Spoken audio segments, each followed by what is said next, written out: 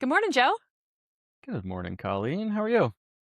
I'm great. How are you today? Doing well. It is our youngest son's second birthday today. Oh, wow. That's amazing. Happy Yeah, so we got a birthday. thank you. I'll tell Miles you said happy weird internet lady said happy birthday. We got him a little one of those not splash pads, but the water tables, Oh, right? yeah. That you fill Those up are out in the back. awesome. And we're going through a heat wave in Portland right now. It's like 90 something degrees, so pick Whoa. him up from daycare and throw him in the backyard with some cool water. He'll have the time of his life. That's awesome. I used to love Yeah. those water tables. Like for my kids, they loved Yeah. them. They spend so much time just splashing around. It's great. How about Sweet. you? How's your week been? Any new Yeah. news to share? I see a big Well, list. big list. Big list of all the things on my mind. Mm-hmm. Let's see. So we're full in summer mode, which I love. And so enjoying the weather, enjoying the beach, and just doing the work stuff like usual. Nice. You're outside of San Diego We're on like technically in San Diego, but we're on an island that's just right off the coast. right. And so actually this weekend on the naval base on the island, they're having a NASCAR race. Oh, fun. Yeah. Uh-huh. So they have never done this before. And you have to understand there's one road in and one road out. And they anticipate 100,000 people are coming onto the island for this NASCAR race. It is Mm. going to be Oh insanity. my God. Yeah. Yeah. So I'm like excited but also really terrified of how parking and traffic and all that's going to play out. At least it's only one day and not a whole series. Well actually it's Friday, Saturday and Sunday. Cool. I know so little about I NASCAR. was I just I just don't know assumed. anything about NASCAR. I don't know what that Yeah, means. I don't that's know. gonna be tough. Get out. Get But out. Get out. yeah, so it's funny though because like the flatbeds today is Mm-hmm. Tuesday. They're going to start bringing the stuff on the island. So we've received all these notifications about how Mm-hmm. like the traffic's going to be really bad. They can only go, on this one road. So it'll be an adventure Oh no my matter God. how it turns out. It'll be something. Can you Airbnb your house for like $100,000 or something Um ridiculous? I thought about that. I'm a little time late, but one of my girlfriends lives right outside of base and they own their house. So she's Uh-huh. thinking about selling parking on her lawn. Mm, She's like, I wonder how smart. much I could charge for parking. And I was like, you could charge a lot for parking. Yeah. So Yeah, we'll that's awesome. we'll see. Yeah. So Oh, that'll be good our luck. weekend. It should be fun. Thank you. Yeah. Thank you. For the listener, I visited Colleen I guess last summer, right? It was already? Yes. No, it was a holiday, wasn't it? Because we were making cookies. Oh I yeah, think it it was was. It was so Christmas, it was Joe. winter. Oh I my think it God. was winter. What is time? Um we vacationed, my family vacationed nearby and we spent a day at Colleen, so we saw that one road and it is That's going to right. be a challenge. It's It's going to gonna be be a crazy. challenge. It's like Yeah. the one bridge to LBI for our East Coasters. Um, but yeah, so NASCAR this weekend. What are you trying to get done before you can't drive anywhere for the whole Can't go weekend? anywhere. Let's see. So let's talk about where should we start? Let's start with LinkedIn. Should I start with LinkedIn? Should I start with Yeah. contracting? What should we start about? Okay, so I'm starting to get case studies back from early clients that I've implemented AI automations for. And I let them join my Slack basically as guests, have access to me because I'm charging what I consider to be a premium price for these services. And I got my first update from someone who said their blog traffic increased 86% Whoa. from the SEO content automation pipeline I built them. Damn. I know. That is a significant increase. Yes. So now I posted that on LinkedIn Hmm. yesterday, 2 days ago, and now I'm getting some interest in this content automation system. Very The cool. problem, and like I would love to talk through this with you as an Hmm. experienced consultant yourself. Here's the problem. Right Hmm. now, I charge $2,500 for a custom build and then $500 a quarter for maintenance. Hmm. But I have been putting people on their own Hetzner VPS OpenClaw. they don't know that because they don't care about that detail, but I'm sharing that detail with you because, like, the truth is the maintenance burden is a real pain. Like, Mhm. Mhm. I hate it. Yeah. OpenClaw breaks maybe every 2 to 3 weeks. I'll get a Slack message like, "Oh, my bot's not working." And then I have to SSH into their server. I have to figure out what's wrong. I have different people on different servers, so I have to make sure I'm on the correct server. And, like, I just kinda hate I don't know that I want to do that for anyone. Yeah. So I need to figure out a way, and I told this, and I'm telling people that I'm gonna do something else, like launch something cheaper and easier that'll probably be web-based, but, like, I would love to hear your thoughts about how I could reframe this or how I could make this just easier for myself, Mhm. because I don't love what I'm doing right now with this particular workflow. Yeah. Yeah.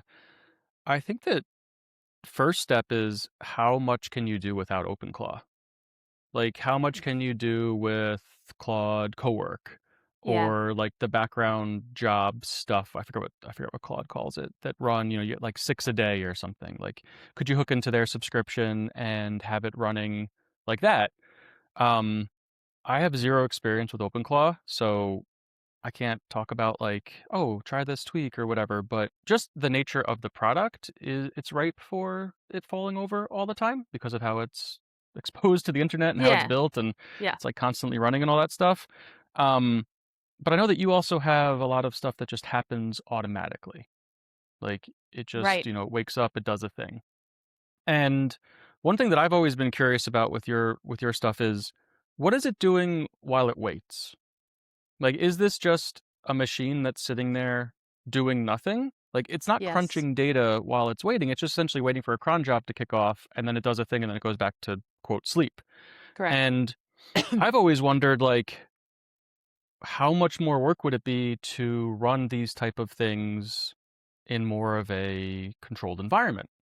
Whether that's your box, your own machine, right, that you own, and you have one that's sectioned off, but, like, everything that I suggest to you is either going to be remove all the technology Mhm. and Yeah. go Claude Cowork, or Yeah. add way more technology, and then you're, like, debugging your own layer on top of it to hopefully make it easier for you to use. Well, And I could also build a custom Rails app that does this. mhm. I mean, that's an option instead of this Yeah, OpenClaw. yeah, like, I guess, like, if you're already running on a Hetzner box, Mhm. what is OpenClaw getting you that you couldn't get from, "Oh, I have a Rails job that kicks off at 6 AM for this client. It does all of this stuff with an OpenAI model with their API key, and then spits out this thing over here. And if it needs to do processing, it runs on the machine itself, and then background job fires an email or an, WebSocket notification to the web UI." Like, having Rails be the wrapper instead of OpenClaw be the OpenClaw. wrapper. That is what I am thinking, is that might be Yeah. the right move, is just have Rails be the wrapper. Mhm. Um, I have been really like, I've been not wanting to do that because it feels, again, just like a bad product, but it would really be like consulting, like, people wouldn't really even need to know it's a product. I think that this is an internal tool to manage Yeah. your box and Okay. essentially, like, Yep. to get rid of your box. It's like you have a beefy Hetzner server that runs everyone's stuff, Mhm. or you have individual Hetzner servers if they need to keep their stuff, isolated. Yeah. Uh, but your Rails app is literally has no login because it's only for you. It's like It's that only for type of thing. me. It's not Yeah. multi-tenant. It's like Yeah. you select the client from a drop down essentially, and you look at the status of their jobs. Yeah. And even like if you have the way to add a client is to change code, that's not a bad thing. Instead of Yeah. having it be a web UI where you have to like, oh, here's how to add a client, like a drop down and validations. It's what if you actually had to type new code to add a client? I don't think that's a bad thing because if it's saving you time in terms of stability for these folks, you Yeah. can put a little work up front to build that. Yeah, I think I need something like that because this current setup, I do not like it. I don't think it's a good fit. Hmm. Okay, cool. I think Yeah, it's a great I'm idea. st- I'm still just like not sold on what OpenClaw gets folks if you can code up a little wrapper around like your an MCP or like your API keys or what have you. Yeah. Yeah. Yeah. That's my opinion as someone who's Yeah, I never done like it. either. That's a good opinion. I'm here for it. I like it. Um, yeah. So I don't know. Give that a try. Maybe. I'll give that a Report try. back. I'll report back. Speaking of Rails apps, Hmm. what is going on with your stuff? Yeah. So Ruby native wise, starting to see some more or seeing more traction as the That's weeks go on. amazing. Yeah, there are now 4 Ruby native apps in the app stores. I had Sweet. another one come in yesterday morning. Someone emailed me and was like, "Hey, by the way, like you can download this now. Check it out." Which was really cool to see. So I was able to bump the number on the website to like 4 from 3 and add a testimonial that I'm working on with them. The the really cool part is as I'm working with more folks, I am it's just like so obvious what the product is and Okay. what the product isn't. Okay. Uh, I have someone who's emailing me and is like, "Hey, it would be really great if I could add like custom code to Ruby Native, or I could add an escape hatch to like have a private repository thing." And it sounds so cool technically, and it's so not what Ruby Native is meant to do Okay. that like I have this vision for Ruby Native, and it's you never open Xcode, you never open Right. Android Studio, you never write native code. And as Right. soon as you start giving those escape hatches to folks, the process, the app complicates 10, 100x. Right. Right. Because I'm now dealing with like bundling client code into these native apps. Like in the App Store, all 4 Ruby native apps run the exact same code. Yeah. There's just one configuration file that changes like what the icon looks like, what the name of the app is, what the bundle, etc., what the URL. Everything else, it's the exact same code. So if I need to fix something, I push a build, they all get that exact same code. Right. And it's made it much simpler. But, folks are wanting more and more, of course, which is good. And the list of what I want to work on and even like should work on, it's rare when those two things are the same, Yeah. is just growing every single day. Like someone wants location services, someone wants a native barcode scanner, someone like all of these things that make sense for Ruby native. Yeah. And I'm so excited to work on it, but I have like 5 agents running at a time now, all building different features. And it's just like so much. And I am doing a lot of fun work, but it's like a lot of work. Okay. So let's break that down a little bit because I want to talk Yeah. about that. So you have one client, one customer. Let's Uh-huh. be specific in our language. Uh-huh. One Uh-huh. customer who is asking for features that are really outside of what Ruby native should be. A tire kicker. Got it. So, and then you have a lot of other customers who want things that seem correct to you as part of the vision of what this should be. Mm-hmm. Mm-hmm. So, the challenge right now is just the building part then, right? It's just building Mm-hmm. the second bucket of things that you're like, yeah, we should have a barcode scanner. That makes total sense. Mm-hmm. Yeah. Okay, this is great. So that Mm-hmm. seems like all good things. Mm-hmm. So you have a small group, we'll call them founding customers, who are helping you kind of shape the Yeah. product. All right. And do you still feel like you are at least doing enough marketing to keep the lights on, to keep like inbound interest coming in as you kind of shape the product with these founding customers? So this is something that I thought was very clever on my end. I am You are reaching very out. clever, Joe. I'm a clever guy, and I'm going to show you Clever how guy. clever I am. I am Tell reaching out to either Rails businesses that worked with me in the past for mobile apps or Rails businesses that I have a connection with that didn't choose to work with me because of price reasons, or like essentially they wanted to build a mobile app. I told them a price, it was too much, or the timeline didn't work, so we didn't work together. I'm uh-huh. reaching back out to these folks and I'm saying, hey, give me access to your Rails source code for the weekend. Uh-huh. I will build you a prototype with Ruby Native, and you can check it out on Monday. Love it. And they then can go and download a test flight app, type in a URL, and see like, 80% of what their website would look like in a Ruby native app. And then the pitch is like, if this looks good, take the code and run with it and sign up for an account and, self-service, or pay me 5 to 10K. I'll finish the entire process for you For you. and get you in the app store in like 2 weeks. I love that. That's great. That is Yeah, very clever. and right? I thought that was really clever, and Yes. I am at the point right now where I am building one of those example demo things for someone, and I'm gonna Okay. show it to them probably today or tomorrow.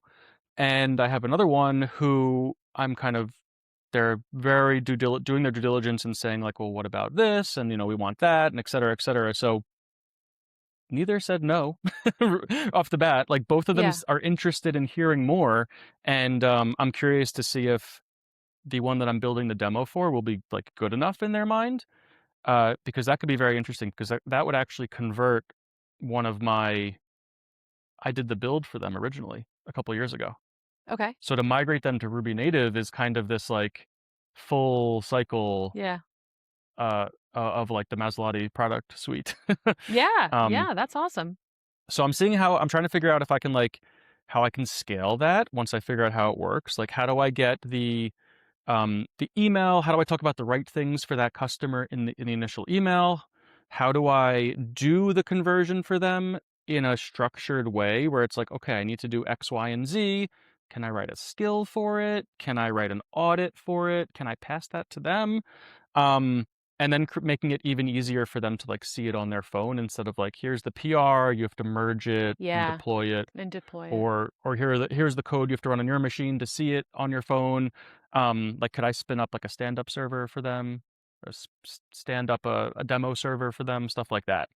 um but it feels promising because it's very much like the white glove idea of like, showing them that it works and then saying, if this is good enough, give me money to put it over the finish line.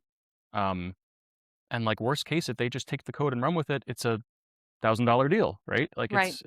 it's a paid product. So um I've been excited about that. I've been Yeah. excited That's about a that. great idea. I love that. That's Yeah. awesome.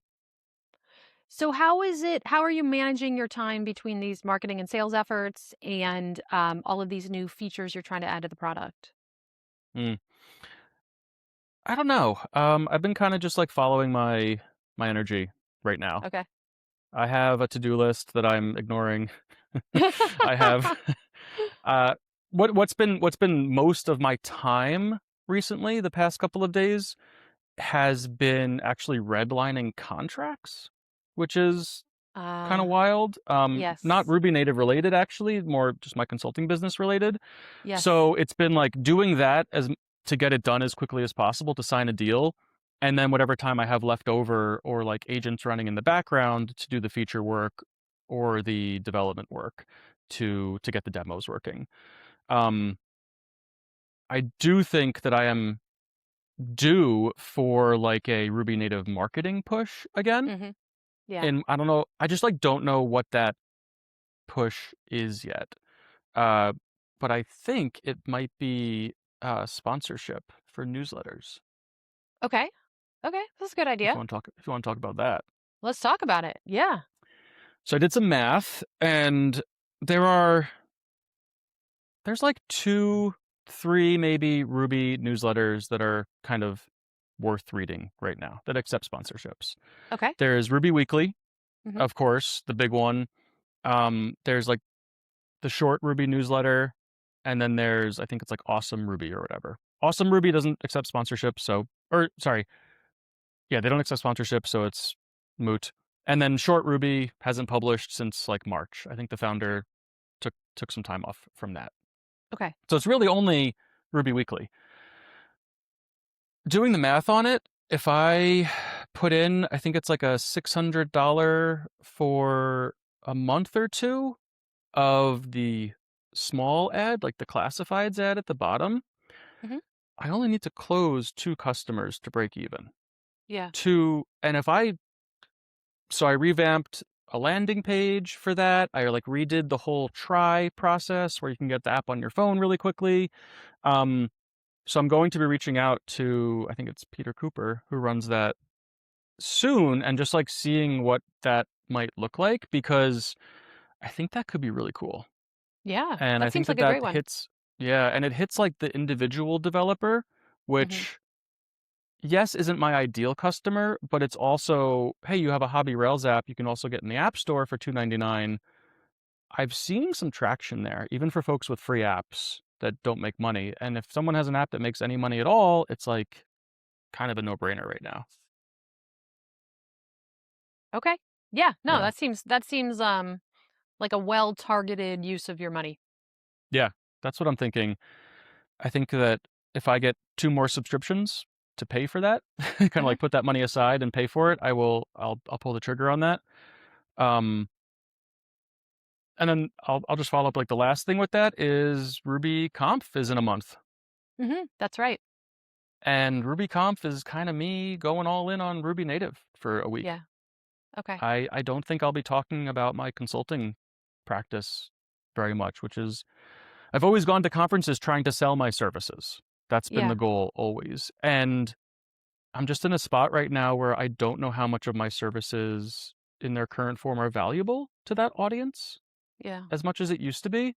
Mhm. And I want to try like going all in and being like, I am here to promote and teach my product, Ruby Yeah. Native. So I think I mentioned it, but I'm doing a workshop on Ruby Native. Essentially, like you come with your laptop and your Rails app, and I will show you how to get it on your phone, in those 2 hours on your iPhone or your Android app. I am doing a like the hackathon session thing on the Code Wednesday or whatever. So I'll be sitting around a table with GitHub open and asking people to help out with the project and helping other people. And then I'm also doing the Ruby Runway. Like I'm one of the finalists for the Ruby Runway. So I'll have folks in the audience asking questions about the business and the product, and hopefully learning a lot about how to make it a real business. And there's always a chance of exploring funding at stuff like this. So it's it's different for me. I'll see how it pays off. Yeah, I think it's great. Yeah, That'll be fun. You'll learn a lot, especially since you will be now promoting a product yeah. instead of services. I think you'll learn a lot. Are you going in then? I'm sure you thought of this, but like giving a discount code and things like that. Um, I honestly haven't worked on any of it yet, but Okay, you got time. a discount code sounds like a good idea. Yeah, Yeah, I feel like you should do that. Like if you buy it yeah. now today, like get it on their phones, and it's like buy Mm-hmm. it now for today for XYZ off. Yeah, yeah. Throwing $100 off their Mm-hmm. first year if they buy it before the end of the conference. Yeah, that'd be pretty cool Yeah, to see how that converted. yeah, right. And I just feel like I don't see a lot of talks, workshops, whatever, focused around paid only products. Hmm. So it was really cool to get accepted on this. Yeah, Um, and to be like, look, this is a paid product. If you're coming to this to learn about it, you already have accepted that you might have to pay money. pay for it. You Yes, know, yes, I'm not like promoting an open source thing here. right. Um, so I feel like just like the folks in the audience, like I would rather have 10 people in the audience who are excited than versus something like my Hotwire native talk at RailsConf where the floor was packed, but not a single one of those people were thinking of giving me money. Like they Yeah, were learning how to use. So how to use it themselves. Yes. yeah, it's a different mindset. Yep. Okay, got it. Yeah. Uh, Speaking of all that stuff, we got to figure out our live stream so you can get me some ads going. Yeah, I want to do that. I really want Yeah, to do we that. should definitely do that. I want to get you set up with ads. Yeah, it'll be interesting to see how it works out. So let me tell Hmm. you, I am using this MCP server with two different people, well, two different companies right now, Hmm. and it's working. I mean, it's doing all the things it is supposed to do. It is working, but we are not seeing the return on ad spend Huh. that we anticipated. And it makes me, I've watched, not an ads expert, but like I've been to a couple webinars from ads experts and I've watched some YouTube Hmm. videos on it. And anyone who is in ads will tell you, like, you have to give it a year. Like these Whoa. people are like, you have to give it 6 months to a year to see it work. Jeez. And that seems crazy to me. Okay. As a Yeah. non ads person coming in, I'm like, you have to give it a year? Like, that doesn't seem right. But they've been preaching this, right? I've had three different people that have preached this to me. And so these two companies I'm working with, they've both been using it for about 2 to 3 months, and it's been very flat. And so, like, the questions we're asking Mm. ourselves are Google ads just not performing like they used to? I think, especially for one of my clients, I think his conversion, like his conversion action is too aggressive, if you will. So there's this whole like, how do you determine what a conversion is? And Google will stop running your ads if you don't get enough conversions. So there's this whole science behind like start with clicks, then move up something higher up the funnel.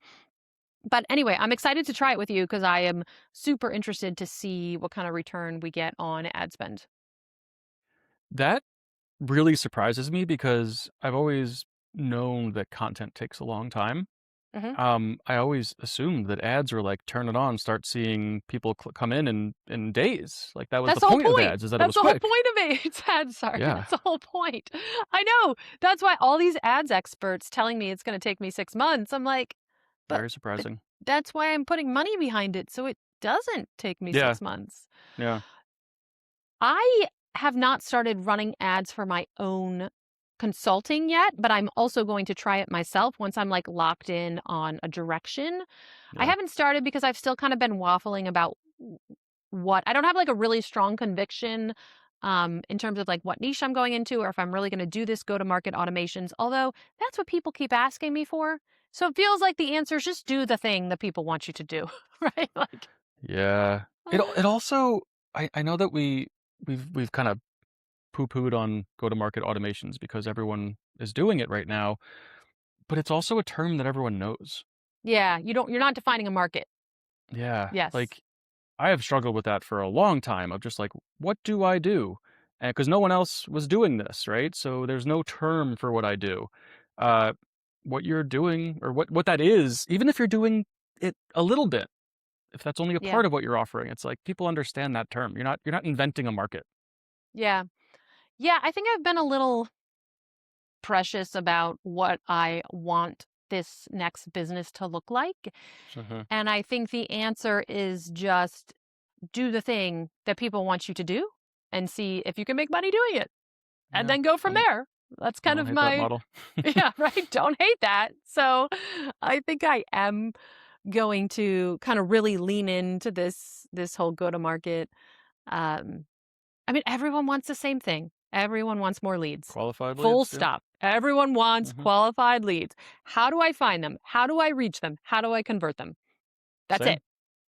So, Yeah. Me too. um, so I think again, the answer for me is don't be precious about it. Just do it. People want this content automation system.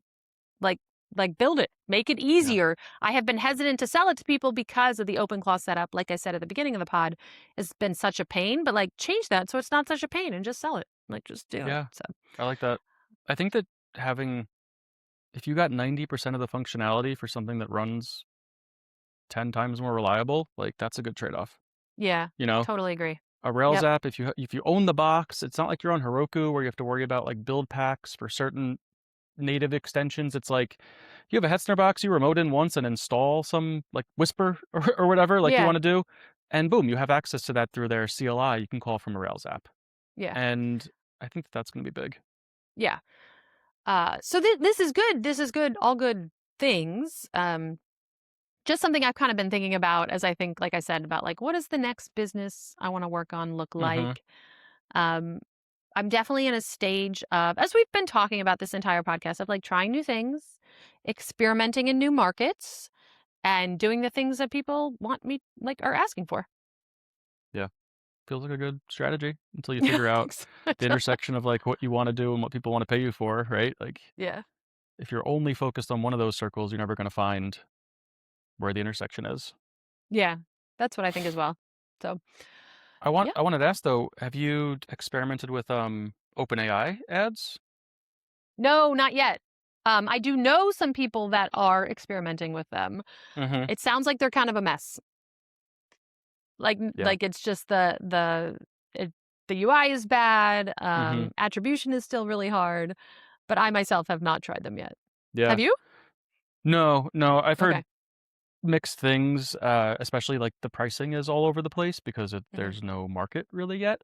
Yeah. So I think the getting in now is like, you know, you might be risking a lot of money to overpay for clicks, but you might also find something that they're undercharging for and hit payday. But it feels like the folks that are going to be taking advantage of it the most are the ones who know the actual terms people are searching for and Yeah, I have think their so. funnel figured out already, and not someone who's like, let's experiment with some terms and see if it works. So both of us, not a good fit, right? For Yeah. OpenAI ads right now, at least outside of Yeah. experimentation.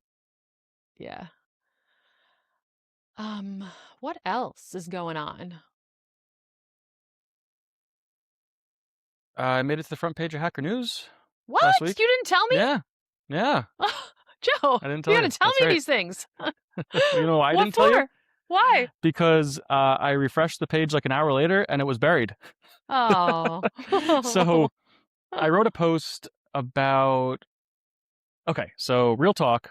I have been using AI to help me write a lot in the past couple of months. Okay. And I've been using it more and more to write. And I have noticed, but didn't want to admit to myself, that the quality of my writing has started to slip. And Okay. finally, someone emailed me and said, long-time reader, like I've watched your writing for 5+ years now. I have your book. And this post in particular, not the one that made the front page, a different one, like reeked of AI, and then called out like 5 different sentences that as I read them, I was like, I would literally never say that. Got it. So I responded to him or her, I don't know, and said, thank you very much. Like, I really appreciate this. I'm vowing to you to never use AI to write publicly again. And Okay. then I did a little Twitter rant on how I refuse to use AI to write the words. I'm only going to use it to generate the ideas and to edit and spot check, never in the middle for the actual content generation. Okay. So that was 2 newsletters ago. And I'm pretty embarrassed by that post, to be honest. And it got picked up by like a podcast that I really enjoy, which was mixed feelings because I was like not really proud of it, but they talked about it, etc. So I then wrote a post last week, just straight through word vomit for the first time, I think, since I was writing my book, where I had Okay. the whole post just like fall out of me, and then, did editing and cleaned it up. And it was about how I stopped tracking my time in 2026, and it was like both the best thing ever for my business and the worst thing ever for my brain. Okay. And how when I used to track time, I would hem and haw over like, oh, well, I'm about to start a new project, like I'm switching context. Where should I log this time? Which project? Is it personal branding, my website, my newsletter, client A, B, whatever. And now that I've stopped that, I have no friction to switch contexts.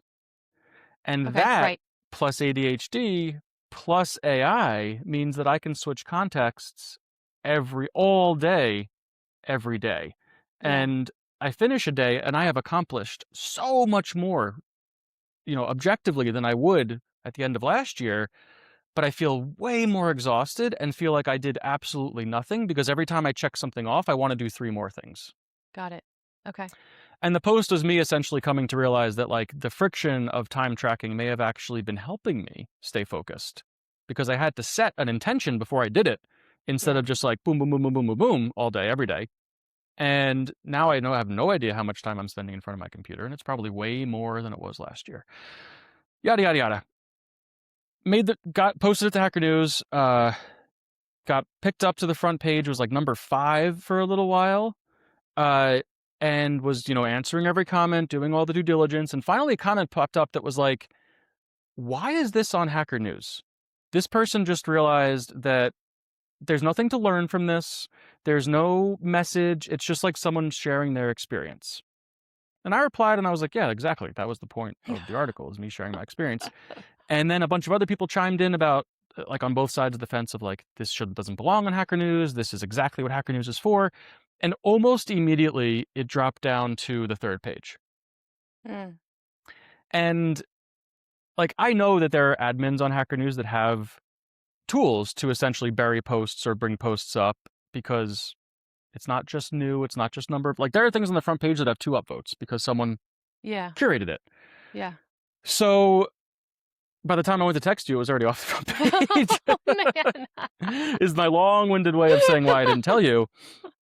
But it was just very interesting to see, like, literally watch it get picked up off of new, sit Yeah, on the front page with like 3 upvotes, climb climb. organically, and then get removed from Yeah, either the same or a different admin almost as soon as someone brought up the idea that like this isn't hacker newsworthy. yeah.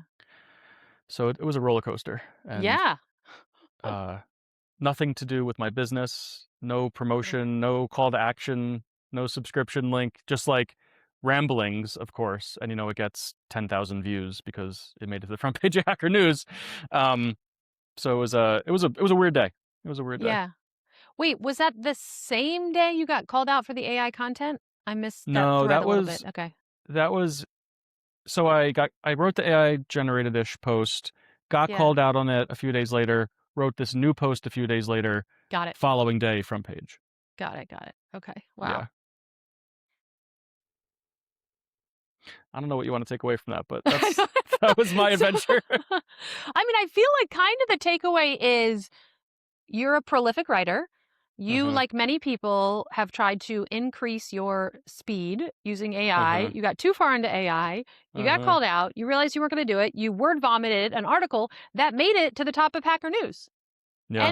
End story. I think we can end the story there. That's a good I point. mean, Yeah. so maybe part of the reason it was at the top is because it was not AI generated, and just that people felt the humanity in it. Yeah. Maybe. But it I don't wasn't know. AI generated enough to stay at the front To page. stay at the top. What's so interesting to me about this whole like content thing is Yeah. I hate to write. I have Mhm. always, I mean, since I was in English class, I love to read. I read at this insane rate. I read a lot, but I hate to write, and I always have. Mhm. Since I was like, in elementary school and had to go to English class. Always hated writing. So it's interesting, like the different perspectives on how to automate content and what content to automate, based on kind of, I think you're like, if you like to write, if you're a prolific writer, if you're not a writer, things like that. Yeah. I really enjoy writing, and I kind of forgot that over That the you past did. few months Yes. Right. You forgot that. Yeah. because it's Yeah. slow and it's hard. Yeah. But I still Slow and hard. enjoy Yeah. it, and it's Hmm. way easier to just like throw a couple sentences and a code snippet into a prompt and get a whole article out of it that's good enough. Yeah. But it has no real content in it.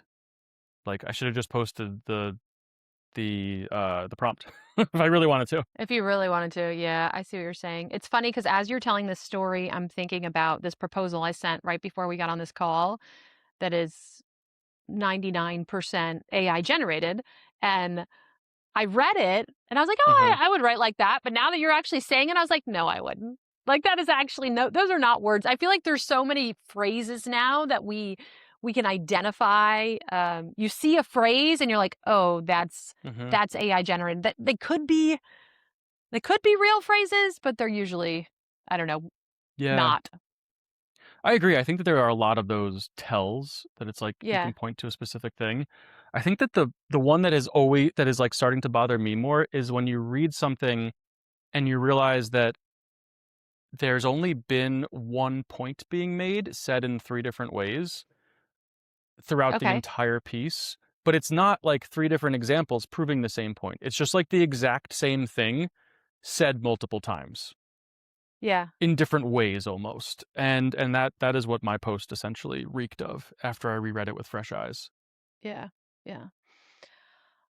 Oh, well, that sounds like a fun roller coaster Yeah, for fun. you. Fun in quotes. Fun in quotes. Um, but yeah, so it's been good. Anything else on your mind for this week? No, I mean honestly, man, I'm like in summer mode and I love I it can here. Yeah, Like it's awesome. I'm working, I'm consulting as it comes in, but I'm not hustling right now.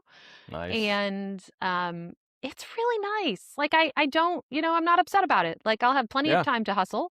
Mhm. But June, July, I don't think I'm gonna hustle. I think I'm just gonna do my job and think about like we just talked about, like implementing Mhm. some better processes for me to work with clients, but like not hustle mode right now for me. Good. Good. I'm jealous. You're in I'm crazy in hustle like mode. I'm like I'm in like gonna be burnt out mode Oh. come leave in September. Oh, But and then you'll have a brand new baby. That's a great time to be yeah, burnt out. yeah, Not. exactly. So that's exactly what I did for the first two kids, and had a mental breakdown both times. So Oh, jeez. yay! Why would it not happen a third time? I don't know. Oh, But yeah, no, man. I have two contracts in flight right now. So if those Awesome. land and Ruby native work and the conference, I will be packed through August, but also in a good place business wise. That's So it'll be perfect. tough. It'll be a lot of work. It's doable, and I'll collapse, and the baby will be born, and I'll have all the time in the world to rest and Right, catch up on right. sleep. Right? 'Cause it's so so yeah, That's right, how that works. totally. Yeah, yeah. On that note, On that note, um, yeah, we'll be back next week. We're back on a regular schedule again after some summer shenanigans and some travel. But if you want to catch up on old episodes, it's nopermission.fm, and our email addresses are there if you want to say hi. Colleen, I'll talk to you next week. bye, Joe. Bye.